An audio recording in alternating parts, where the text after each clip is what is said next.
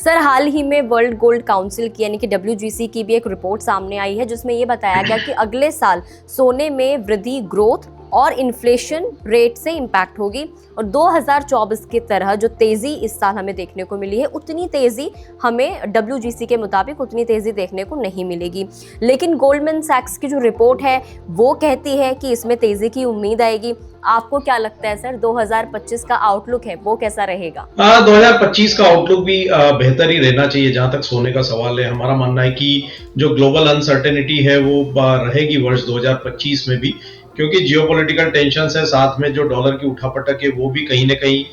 सोने की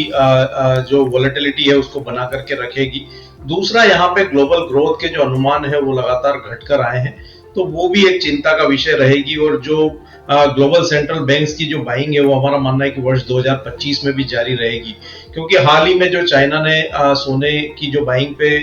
विराम लगाया था, तो 6 महीने के बाद वापिस वहां से नवंबर के मंथ में हमने बाइंग जो है वो लौटते हुए देखी है। तो ओवरऑल यहाँ पे मिले जुले हम कह सकते हैं कि फंडामेंटल्स वर्ष 2025 में रहेंगे, लेकिन कहीं ना कहीं यहाँ पे ओवरऑल जो फैक्टर्स है वो सोने के लिए सपोर्टिव ही रहेंगे। यूएस फेड ने यहाँ पे रिसेंटली जो वर्ष 2025 के लिए जो ब्याज दरों में कटौती का जो आउटलुक है वो 4 रेट कट से घटा के 2 रेट कट किया है, तो उसके चलते हम थोड़ा सा यहाँ पे डॉलर इंडेक्स में मजबूती देख रहे हैं और उसी के चलते ऊपरी लेवल से कीमतों में जो करेक्शंस यहाँ पे देखने को मिल रहे हैं। लेकिन हमारा मानना है कि ये एक टेम्परेरी फेनोमेना हम कह सकते हैं कि रहेगा अगले 1 से 2 महीने। लेकिन ओवरऑल अगर हम पूरे वर्ष की बात करें तो वर्ष 2025 वापस सोने के लिए एक अच्छा साल रहेगा और हमारा मानना है कि 12 से 15% तक के रिटर्न्स 2025 में भी सोने में जो है देखने को मिल सकते हैं। सर, अब नजर डाल लेते हैं, आपसे जानना चाहेंगे कि 2025 को आप गोल्ड के लिहाज से क्या कुछ लेवल्स देना चाहेंगे? वर्ष 2025 में हमारा मानना है कि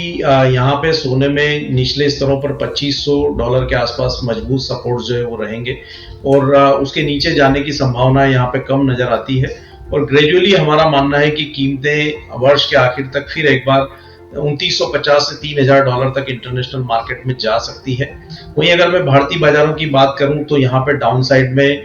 72,000 के जो स्तर है वो प्रोटेक्ट रहना चाहिए और ऑन द अपसाइड हमारा मानना है कि 85 से 90,000 तक के स्तर भी जो है वर्ष के आखिर तक देखने को मिल सकते हैं। तो शुरुआती 1 या 2 महीने में थोड़ा प्रेशर कीमतों में रह सकता है, लेकिन अगर हम लंबी अवधि की बात करें पूरे साल की, तो यहाँ पे साल के आखिर तक फिर एक बार 90,000 तक कीमतें पहुंच सकती है।